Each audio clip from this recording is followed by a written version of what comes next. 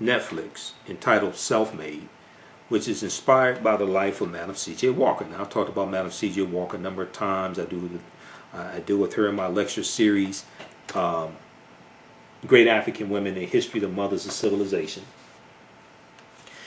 And this past week I went through and watched it twice, okay, because I've been so busy. And I have Netflix, but I hadn't even watched Netflix in about a week, at least here at home. I haven't even watched it, so I renewed my subscription because I only watch Netflix about once a month, right? When I first heard about this series, I was excited because the story of Madam C.J. Walker really, really needs to be told. For us to see the factory that she had and the system, the sales system that she created, and hiring thousands of African American women to sell her products, and these women learn about business, they learn about sales. Most of them made more money than their husbands. Okay, so we need to really see something like this. And what's important to understand is that this is 45, 50 years after slavery ends. Okay, even less than that, because it starts out in 1908. 1915 was the 50th year anniversary of the Civil War ending and the 13th Amendment. So we're talking about in less than 50 years, you're going to have a Madam C.J. Walker. You're going to have an Annie Turnbull Malone. Annie Turnbull Malone is the real person who the fictitious character of Addie Monroe was patterned after. Okay, so let's look at we'll look at two things. One, I have about 4 pages of notes I took on this, on the series. Two, let's look at this article from OprahMag.com because they interviewed A'Lelia Bundles. A'Lelia Bundles is the great-great-granddaughter of great-great-great-granddaughter of Madam C.J. Walker. And she wrote the biography on her own ground, And the series is loosely based on that biography also. Okay. Now, at one point, Halle Berry was supposed to play the role of Madam C.J. Walker. And it ended up being Octavia Spencer. Okay, Octavia Spencer did a great job. But let's see here. Before the Bundles was interviewed by Oprah Mag, and I think she's talking, who is she talking about here? So Halle Berry was once suggested to play the role of Madam C.J. Walker. This is just one detail that A'Lelia Bundles, biographer, journalist, and Madam C.J. Walker's great-great-great-great-granddaughter reveals when discussing her 50-year journey of bringing her descendants' story to the small screen. Now, before Self-Made, Walker's life was nearly made into a TV miniseries in the 1980s, backed by Roots author Alex Haley before his death. But after bouncing to several producers, directors, and studios like Columbia TriStar and HBO, the project always hit a roadblock. The suggestion that Halle Berry star as Madam C.J. Walker, whose real name was Sarah Breedlove, the suggestion that Halle Berry stars Madam C.J. Walker, before the show was optioned to Netflix, A'Lelia Bundles explains the possibility was posed to her years ago by a director who was interested in collaborating on the project. A'Lelia Bundles, the great-great-great-granddaughter of Madam C.J. Walker, and I'm going to reach out to her to set up an interview with. I've talked to her before with Facebook friends, and I've talked to her a few times in the past. She said, quote, "I said she's a really great actress," referring to Halle Berry, "but she doesn't look anything like Madam C.J. Walker." Bundles tells OprahMag.com. She went on to say, quote, "And that person said to me, Most people don't know what Madam Walker looks like, so it doesn't really matter. And I said, you know, the people who do know what Madam Walker looks like would, and I care about those people. End quote. Yeah, because Halle Berry's not, she's fine as hell, but, you know, she looks totally different. Those are two different people. Both beautiful women, but just totally different. Okay?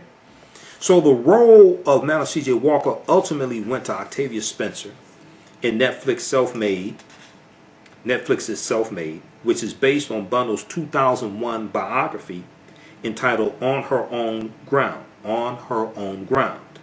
The story isn't perfect as it faces criticism for a weak script, fact versus fiction storylines, and the way it heavily dramatizes conflict between two successful African American women on the basis of colorism. That said, Self-Made does successfully bring Madam C.J. Walker's story to the forefront, especially for those whose knowledge of her stops at one-day Black history lessons. Because most people really don't. I do lectures and I talk about Annie Turnbull Malone, I talk about Madam C.J. Walker, things like this. Most people don't know the history of Madam C.J. Walker.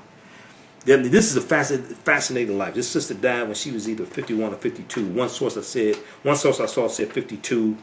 Here, this article says 51. But, you know, when we look at her as well as Annie Turnbull Malone, Madam C.J. Walker was born in 1867. She's born 2 years after slavery ends. She's born to former slaves. And for her to accomplish what she did, man, it's just unbelievable. And she's doing this largely before the 50th year anniversary of the 13th Amendment and the Civil War ending. So Lilia Bundles hopes that the new show will inspire viewers to seek facts about Madam C.J. Walker's life. She said, quote, "There are characters who don't exist in real life and scenes that don't really happen. But of course, this is the way a story gets attention, and that is the way a story has to be told in Hollywood," she says. "I'm hoping that people will walk away, especially because of Octavia Spencer's strong portrayal, with a sense of Madam C.J. Walker's courage and her ability to build a business to empower other women, to see that she's more than just hair products, that she's a philanthropist and political activist." Okay, so then they go out, then they go through and list some dispel some myths and list fact versus fiction, things like this in the that's depicted in the series. Okay, I'm going to highlight a couple things. I'll do a separate video because this is the last segment of my show, and this is a 2-hour show that's not 3 hours. So I'm going to do a separate video where I go deep into this. But we'll talk. I'll give you some highlights here from my notes and my observations. There was one article that I read from, who was this from? Bustle.com. Because there was a scene that took place with Booker T. Washington. Okay? And I wasn't sure if that was true or not. The depiction that happened. One, the actor Roger Guinevere, who portrayed Booker T. Washington, fantastic actor. Don't look a damn thing like Booker T. Washington. I don't know who did the casting. I don't know what was going on with that. Roger Guinevere, he had a recurring role on A Different World. He did a one-man act where he was portraying Huey P. Newton. Fantastic actor. Okay? He was in Malcolm X, one scene in Malcolm X when they were planning a robbery. But Bustle.com has an article, Booker T. Washington and Madam C.J. Walker's feud in Self-Made was even more complicated. Okay, Booker T. Washington and Madam C.J. Walker's feud in Self-Made was even more complicated. And let's see here. Let me see if I can pull this up on the other.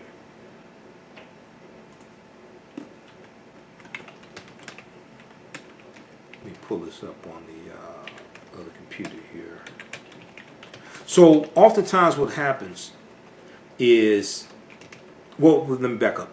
First of all, this is inspired by the life of Madam C.J. Walker. When you look at it from Netflix, it doesn't say, and largely it doesn't say based on a true story. It's inspired by the life of Madam C.J. Walker. When you see a movie or a miniseries that says inspired by something, that means that the depictions that you see are loosely based on the truth. If it says based on a true story, the depiction that you see is more accurate, but there's still going to be some fiction in there. I'm telling you right now, because it's Hollywood. There's still going to be some fiction in there. But if you see inspired by such and such, inspired by the book, that means it's loosely based on it. Okay? Which means there's going to be more fiction in it.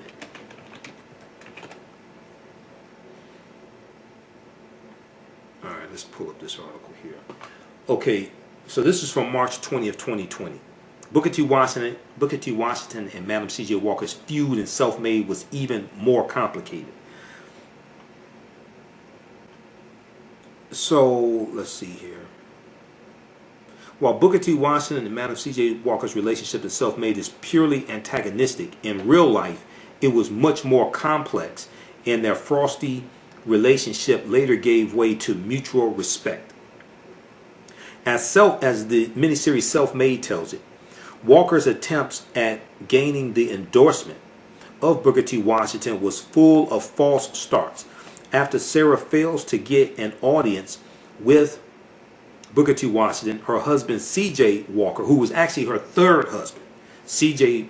Charles Joseph Walker. This is where she gets the moniker Madam C.J. Walker from. That's from his name, Charles Joseph Walker, portrayed by Blair Underwood. Blair Underwood did a good job. He's a fantastic actor. He did a good job of portraying Charles Joseph Walker.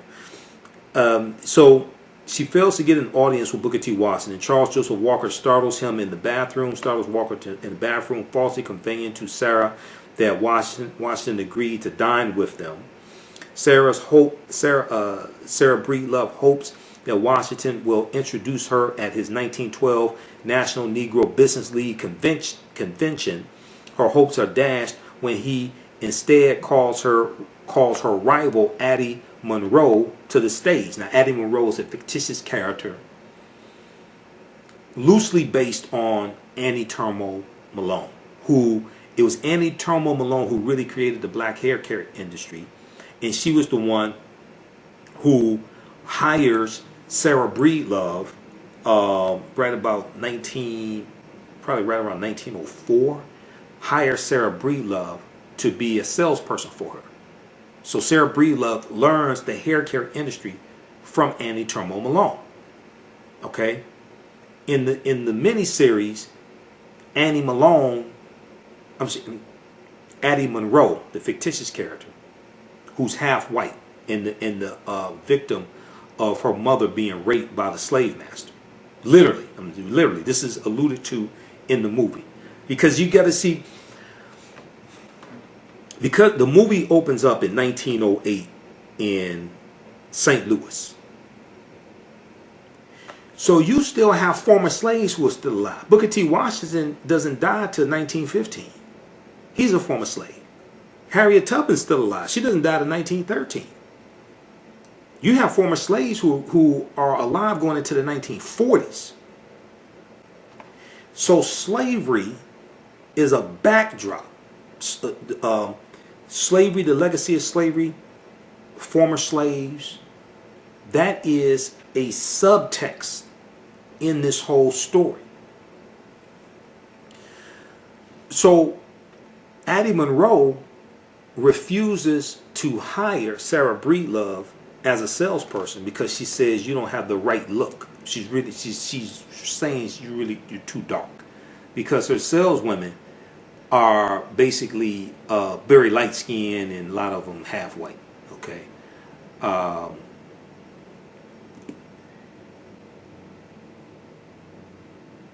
So you see this depicted. Okay. So for some reason the producers decided they wanted to have this tension dealing with colorism. Okay. Now I'm not sure if they did it to draw attention to colorism, to so we can learn from it to progress, or if they're suffering from it. I don't know. I'm still researching this.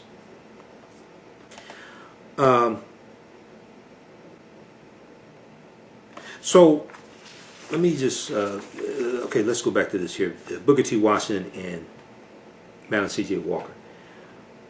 So we get to see Booker T. Washington's National Negro Business League Convention depicted, which is huge. Okay. So her hopes are dashed when instead Booker T. Washington calls to the stage her rival Addie Monroe. Finally, after it's clear Booker T. Washington has no intention of acknowledging her presence in the audience, Sarah Breedlove storms the stage and gives her own introduction. This infuriates Booker T. Washington, and in the hallway he calls her outburst, quote, rude and uncalled for, end quote. He accuses her company of shaming Negroes into Eurocentric standards of beauty, and that, quote, soon you will have Negro women out earning Negro men, end quote, he says. Quote, how is America going to take us seriously if we allow our women to surpass us? That outburst in there is precisely the reason why you ladies need to be kept in your place, end quote. So this is what, in the series, this is what Booker T. Washington says to her. Another subtext of this miniseries is misogyny in the African American community. That's a subtext of this, keeping women in their place, because the wife of Booker T. Washington is portrayed, and they're part of a national colored women's organization. But these are all mainly college-educated, accomplished women. And Madam C.J. Walker is saying, why are you content with being in the background and serving lunch to the men and things like this? She said, a lot of you all are more educated than your husbands are. Now, she's not advocating for them to try to be superior to their husbands. But what she's saying is that why are we relegated to the background?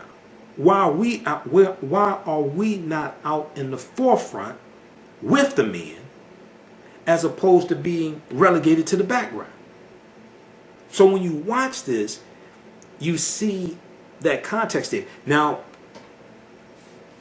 one of the things I wish had been depicted in the film, and then at the end of the fourth installment, they talk about some of her philanthropic endeavors, and they talk about some of her activism, because she gets involved in the anti-lynching efforts, right? Just like in the civil rights movement. See, there was misogyny in the civil rights movement that's not talked about a lot. Now, John Lewis has talked about this. Representative John Lewis has talked about this, because the civil rights movement was largely, in general, led by African-American male ministers. So misogyny is coming out of white supremacy and racism. It's taught to us, and some African-American men internalize it and act based upon the program. So it was in the civil rights movement. We also see it going back to these movements in the early 1900s. And so we saw it with William Monroe Trotter. William Monroe Trotter, brilliant brother. William Monroe Trotter, civil rights leader, things like this. But William Monroe Trotter was a sexist. Dr. King was a sexist also. This is something that's not talked about a lot. This is why Dr. King and Ella Baker didn't get along very well, because Dr. King didn't feel that a woman should be in a leadership position in the Southern Christian Leadership Conference, a permanent leadership position. Ella Baker was a co-founder of the Southern Christian Leadership Conference, along with Dr. King in 1957. But see, this is a subtext of the civil rights movement. When you really study history, you see this. But and Ella Baker is going to end up leaving the Southern Christian Leadership Conference when she gets passed over for a permanent leadership position. This is because of sexism. And we see this going back into the early 1900s in a lot of these organizations as well. Because, see, William Monroe Trotter didn't believe that women belonged in the movement. So I don't think he got along too well with Ida B. Wells, because they were both in the Afro-American Afro-American Council together. This is before the Niagara Movement. Niagara Movement comes along in 1905. Before the Niagara Movement, you had the Afro-American Council created in 1898 by T. Thomas Fortune and Bishop Alexander Walters. And Dr. W.B. Du Bois, Ida B. Wells, Booker T. Washington, they're all members of the Afro-American Council. It's called Afro-American because the term Afro-American goes back to the 1830s. They ain't starting in the 1960s, like some people believe. That goes back to the 1830s. Just like the Afro-American newspaper, that goes back to about 1882 in Baltimore, still exists today. Okay? So when you like study these different dynamics and nuances of these different movements, right? You start seeing this subcontext. All right, so let's continue here. So Booker T. Washington in the series chastises Madam C.J. Walker. So Self-Made is based on Her Own Ground by Madam C.J. Walker's great-great-granddaughter, Lydia Bundles. Now, in the piece from Oprah.com, it said great-great-great-granddaughter. I think she's the great-great-great-granddaughter. Now, just for the sake of accuracy, and at the end of the series they say this, Lydia Bundles is not a blood relative to Madam C.J. Walker. Lydia Bundles is, since they put it in here, since they put it in at the end of episode 4, I'm going to say it. Okay, this is not by any means an attack or anything like that. It's just stating facts because they stated it at the end of the series. Lilia Walker was the daughter of Madam C.J. Walker. She was the daughter from Madam C.J. Walker's, was it her second husband or first husband? One of them. She was married 3 times. But I think it was her first husband. But anyway,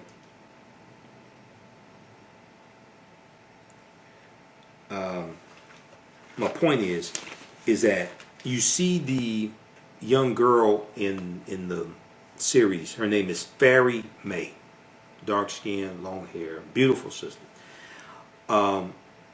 Lelia Bundles, Lelia Walker, who becomes Lelia Bundles, ends up adopting Fairy May. Okay, Fairy May is going to go on to Spelman College, and she's going to become president of the Walker Company in 1931. Fairy May.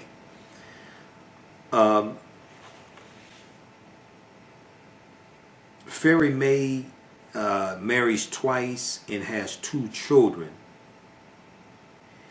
and she's going to have 3 grandchildren. Lilia Bundles, who wrote the book On Her Own Ground, is one of Fairy May's 3 grandchildren. Okay, so at the end of the 4th installment, and they're laying out some history about Madam C.J. Walker, things like this, that's talked about.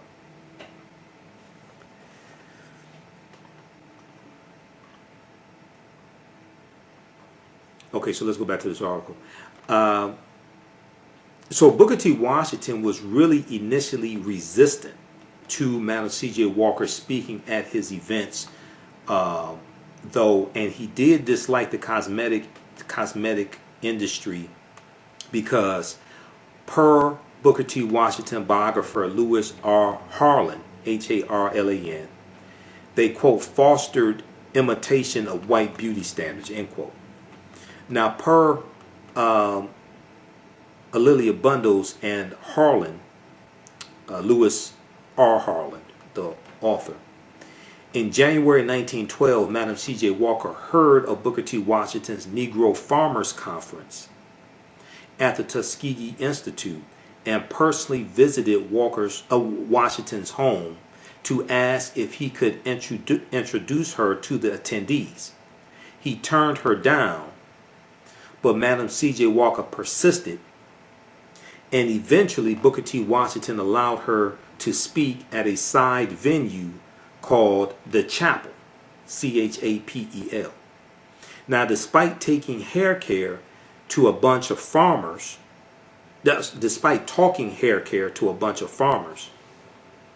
Lilia Bundles wrote that the reaction was sufficiently positive that Booker T. Washington allowed her to market her products for the rest of the conference. Madam C.J. Walker expressed gratitude and even made a small donation to the school. Now, despite this positive interaction, Booker T. Washington was strangely non-committal when Madam C.J. Walker asked him later that year if she could then speak at his National Negro Business League convention. Okay? That's the one that you see depicted in Self-Made. The convention that you see depicted in Self-Made. That's the National Negro Business League.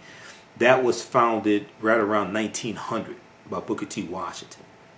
The Colored Merchants Association, which was a cooperative, and it was a cooperative to help African American grocery store owners better market their grocery stores to compete against the rise of the chain stores, the A&Ps and the Kresge's, things like this.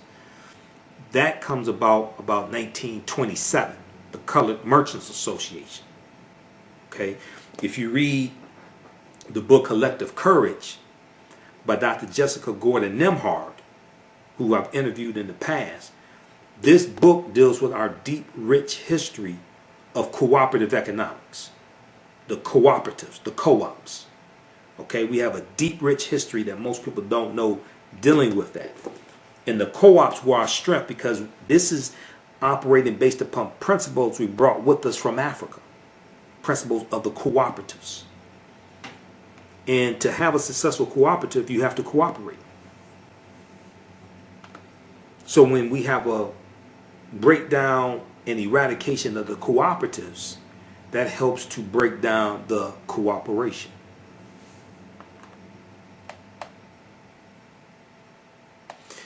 So despite the positive interaction, Booker T. Washington was strangely non-committal when Madam C.J. Walker asked him later that year if she could speak at his National Negro Business League convention.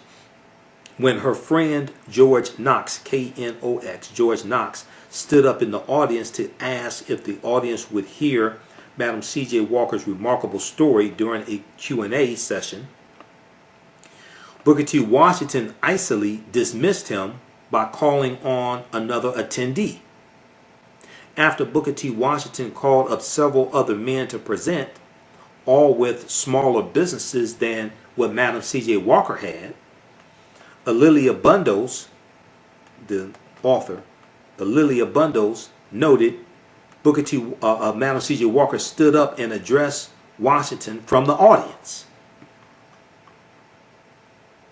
Quote, "Surely you are not going to shut the door in my face," end quote, she said. "I feel that I am in a business that is a credit to the womanhood of our race. I went into a business that is despised, that is criticized and talked about by everybody," end quote. She described how she came from the cotton fields of the South, became a washerwoman, a cook, and finally the head of her own company. Quote, "I am not ashamed of my humble beginning," end quote, Madam C.J. Walker said. Quote, "My object in life is not simple. My object in life is not simply to make money for myself, but to use a part of what I make in trying to help others," end quote. This is where Self-Made inserted Booker T. Washington's sexist accusations. But Lilia Bundles wrote that no recorded transcripts from that day, quote, "reveal Booker T. Washington's personal, unspoken reaction," end quote, to Madam C.J. Walker's speech. Booker T. Washington did openly ignore her, though, calling on the next male presenter as if Madam C.J. Walker had not uttered a word. Now, Booker T. Washington's snubs and hot and cold attitude were undeniably ridiculous and ego-driven, but Madam C.J. Walker persisted in winning him over and gaining his endorsement. In July 1913, she invited Booker T. Washington to be her house guest for the dedication of a new Indianapolis YMCA, which both Booker T. Washington and Madam C.J. Walker donated money to. He surprisingly accepted, and Walker showed him every courtesy at her house. In return, Booker T. Washington praised Madam C.J. Walker to the YMCA audience, recognizing she was the largest donor at the event. She also donated $5,000 to the NAACP. Up until 1919, she was the largest donor to the NAACP. In the history of the NAACP, she donated $5,000 to the NAACP. Now, finally, at the Tuskegee Institute's 1913 National Negro Business League Convention, just a year after he spurned her, Booker T. Washington introduced Madam C.J. Walker to attendees as a quote striking example of the possibilities of Negro womanhood in the business world, end quote. Booker T. Washington must have begun to realize Madam C.J. Walker's money-making potential, as well as the symbolic and inspirational value of having a former washerwoman turned philanthropist support his school, A'Lelia Bundles theorized. A'Lelia Bundles went on to say, she in turn fully understood the advantages of having a connection with the man who controlled the editorial policies and purse strings of dozens of black newspapers. Ultimately, Madam C.J. Walker's relationship with Booker T. Washington shows exactly why she was a successful businesswoman. She was persistent and bold and never let a man's ego get in the way of her dreams. Read this article. See, this is like deep, deep history.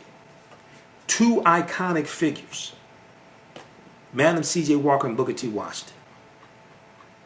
Okay? This is some deep history here. This is on March 20th, 2020, written by Gretchen Smail, S-M-A-I-L, for Bustle.com. Booker T. Washington and Madam C.J. Walker's feud in Self-Made was even more complicated. Okay, so check out this article. We'll post a link here. Also read the article from OprahMag.com. They go through the special mess. I'll do another broadcast dealing with this. One, they talk about Madam C.J. Walker and Annie Turnbull Malone weren't such bitter rivals.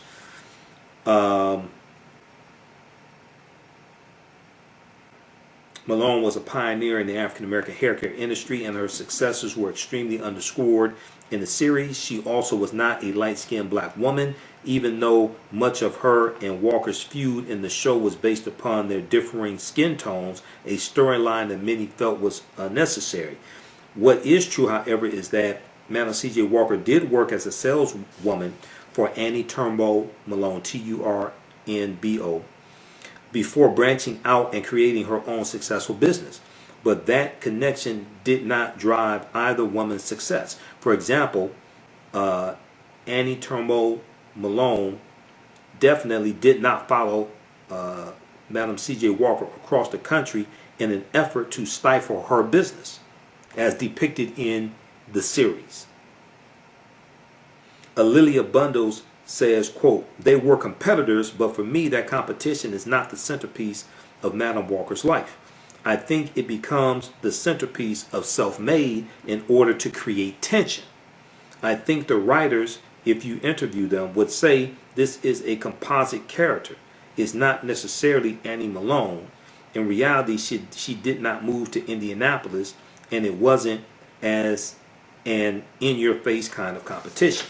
Okay, so it's loosely based on Annie Turmo Malone, but it's not 100% based. There's a lot of fiction interwoven into this series. The other thing that was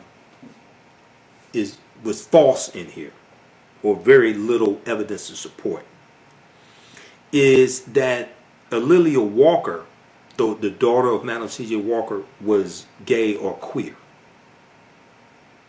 She and her daughter disagreed over Lilia's love life, but it's not what you think.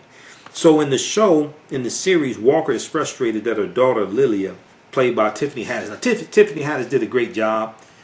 In general, I like Tiffany Haddish. It's good to see her play a role where she's not doing a whole bunch of cussing and just being vulgar and just acting stupid, things like this. You know, because I think she has a lot of potential. I hope she doesn't get typecasted. But in the show, Madam C.J. Walker is frustrated with her daughter, Alelia, because of her disinterest in starting a family and her reluctance to take the inheritance of Madam C.J. Walker's hair care legacy seriously. It also insinuated that Alelia was queer and that her mother disapproved. But Alila Bundle says there's very little evidence to support that plot line. However, Bundle says there was real drama that she would have loved to see on the show, and it had to do with Alilia's last two husbands, Wiley Wilson and James Arthur Kennedy. She said, quote, they were both doctors and they were both very handsome, she says, and one was a bad boy and one was a good guy. And of course she was in love with the bad boy, Wilson, and her mother knew the bad boy was a bad boy and really favored the good guy, Kennedy.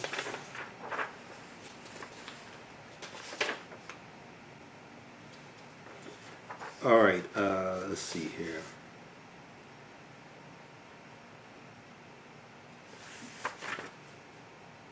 Yeah, it was with her first husband, Moses McWilliams. Madam C.J. Walker married her first husband when she was 14 years old, and it was with her first husband that she had her child, her only child, Alelia Walker. Yeah, that was her first husband, Moses McWilliams. Okay, so very quickly here, let me look at some of my notes. So I talked about slavery being a backdrop here, right? And there was one character played by Garrett Morris, who was on the first season of Saturday Night Live, veteran actor. Saw him in Cooley High. He was Uncle Junior on the Jamie Foxx show. He plays the role of Charles Joseph Walker's father. Okay, his name is Cleophas. And he's a former slave. And he talks about slavery and being on Master Walker's plantation, because this is where they get the Walker name from. That was the name of their slave owner. So it's like seeing a collision of two different worlds.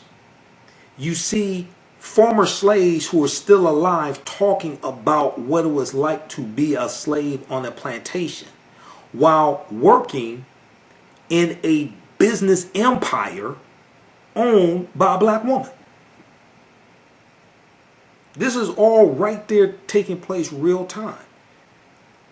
And it appears, because I went and looked at Charles Joseph Walker's bio, he was born in 1851, so it appears he was a former slave also, because there was a scene where Cleophas, played by Garrett Morris, asked him, do you remember Master Walker? And he told him, well, you were probably too young to remember Master Walker. But he talks about being on the plantation, and he said there was a scene where he said that Cleophas said to Charles, his son, you keep calling this our business, meaning you and Sarah Breedlove. She keeps calling it her business. And he said, you remember Master Walker? He said, you were too young to remember Master Walker. He said, on the plantation, Master Walker kept talking about our crops and our this and all that, when really he meant it was his. And he told his son something to the effect of, you have to make your own money. Okay, he said, don't. And he told him, don't make your money the same place where you get your honey. Right? But you have this dynamic where you have former slaves still alive,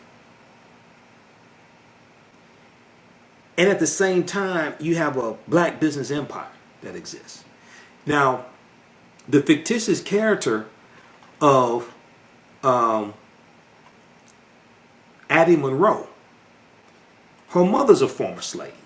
Her mother was raped. It's alluded to in the series. Her mother was raped by the slave master, and she said, and there's a scene.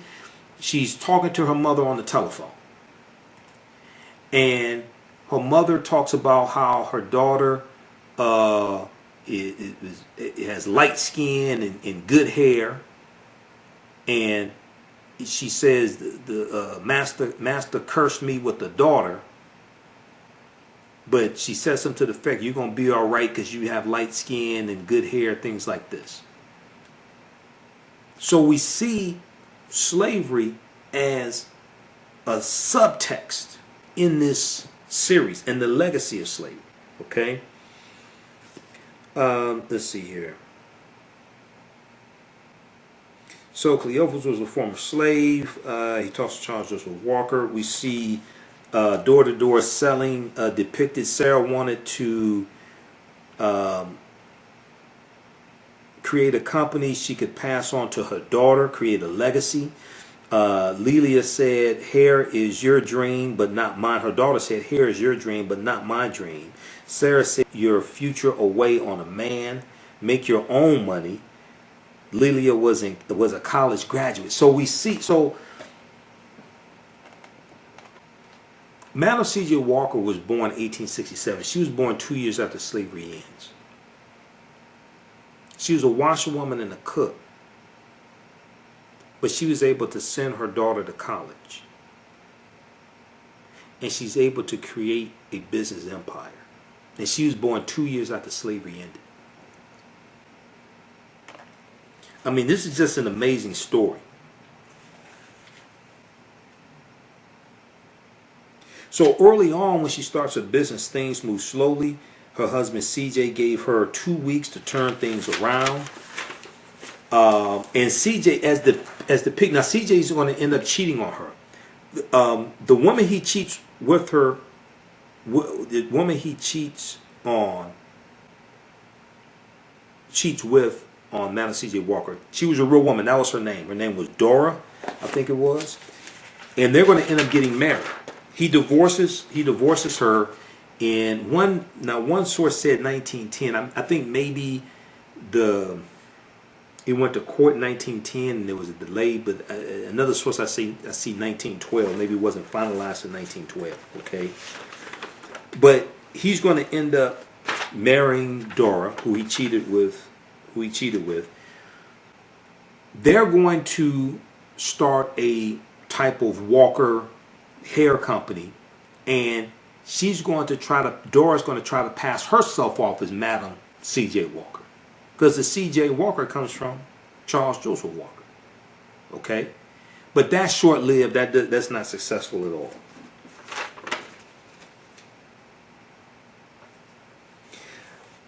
It's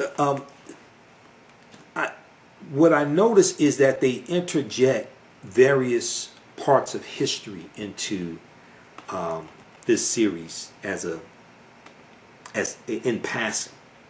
So there's one scene where they're going to church. Well, actually, before that scene, they're sitting around, and it looks like it's a telegram, and it's printing out on a piece of paper. So they must not have radios, because they're reading the teletype, and it's about the Jack Johnson fight that's taking place. Okay? Because radios existed at that time, but I don't know why they didn't have one, so I don't know what's going on with that. Because radios existed at that time. But then there's a scene, they're going to church, and they say 26 Negroes were killed because Jack Johnson won the fight.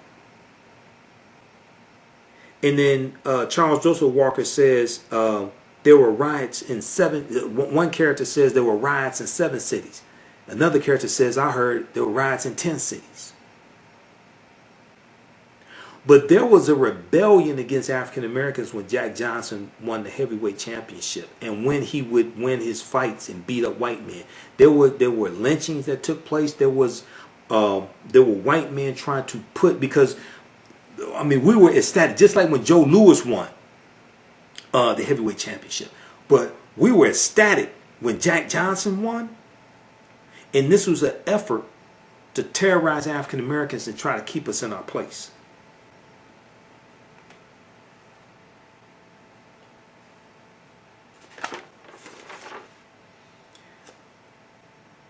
Okay, let's see here. Okay, so that's enough for now. We'll wrap it up there. I'll do another broadcast. We'll go deep into this because I have 4 pages of notes.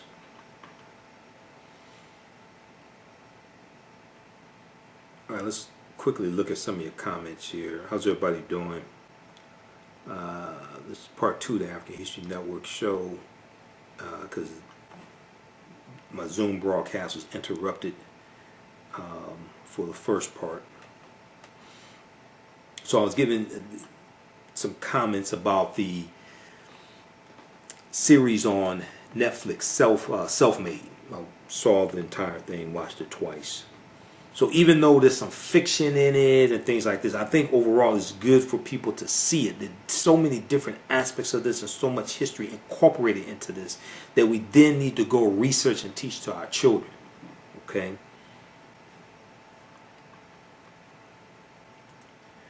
All right, so look, hey everybody, we're going to get out of here. Follow us on our Facebook fan page, The African History Network, The African History Network. Turn on notifications so you know when I go live. Follow me on my YouTube channel, Michael Imhotep. Imhotep. Turn on notifications so you know when I go live. All of my DVD lectures are available at our website, AfricanHistoryNetwork.com, AfricanHistoryNetwork.com. Also, if you want to donate to the African History Network, you can do it through Cash App, $the AHN Show through Cash App, $the AHN Show through Cash App, or through PayPal, paypal.me/the AHN Show, paypal.me/the AHN Show. If you want to advertise with the African History Network, email us at customerservice@AfricanHistoryNetwork.com, customerservice@AfricanHistoryNetwork.com. And we're on every Sunday, 9 p.m. to 11 p.m. Eastern Standard Time on 9:10 a.m. the Superstation WFDF in Detroit. We broadcast all over the country. So remember, at the African History Network, we focus on educating, empowering, and inspiring people of African descent throughout the diaspora and around the world.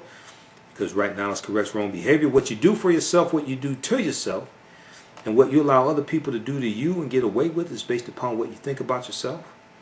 What you think about yourself is based upon what you have been taught about yourself. What you've been taught about yourself is based upon everything you've read, heard, and seen about yourself. So when you control the radius of a man's thoughts, you can control the circumference of his actions, because the mind can't do or teach what it doesn't know. Right now, it's correct wrong behavior. It's not over till we win. Wakanda forever. We'll talk to you next week. Peace.